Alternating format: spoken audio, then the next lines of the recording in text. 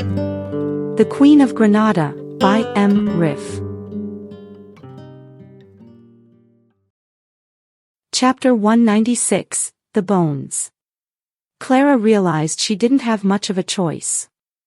She could ask Rita to go down alone, but being left alone in the house was equally unsettling.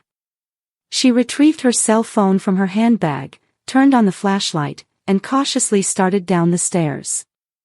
After a few steps, she nervously remarked, "They didn't mention anything about this place in the Granada tour guide. Just so you know, I'm not enjoying this." Rita followed and let the hatch close slowly over her head as they descended. It felt like an eternity before Clara reached the bottom step. Suddenly she let out a piercing scream and took a step back. The light of her phone illuminated a skeleton with a hanging jaw and empty eye sockets staring at her. As Rita walked past her, she said, "If you keep screaming like that, you're going to wake up all the dead." She suggested, "You'd better turn off that light and follow me. That way you'll avoid being spooked by the skeletons again." Clara found herself in a difficult situation. Finally, she turned off the light and hurried after Rita. Occasionally, she stumbled over bones and skulls on the ground. Gradually, her eyes accommodated to the darkness, and she was able to keep up with Rita.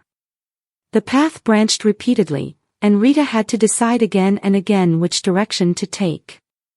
Normally, Clara never doubted Rita's abilities, but the large dose of cannabis Rita had taken to escape her toothache had clearly affected her judgment. At recent intersections, Clara had noticed Rita's hesitancy. As they approached a set of stairs, she suggested, "We need a little rest break. Let's sit here. After all, we have been walking for over an hour." Rita agreed, and as they sat down, Clara retrieved the wax paper from her handbag. She unfolded it and asked Rita, "Can you show me on this map where we are right now?" Rita turned the paper around, pointing to a line. "We've been following this line. Soon, we'll switch to this one, and then follow it until here, which is our destination." Clara didn't quite understand, but it was comforting to know that Rita had a plan. Suddenly, she heard someone approaching in the darkness. Terrified, she grabbed Rita's arm and whispered, "Rita, someone's coming." Rita responded calmly, "Relax. They're just a couple of nuns. They come down here regularly to fetch water."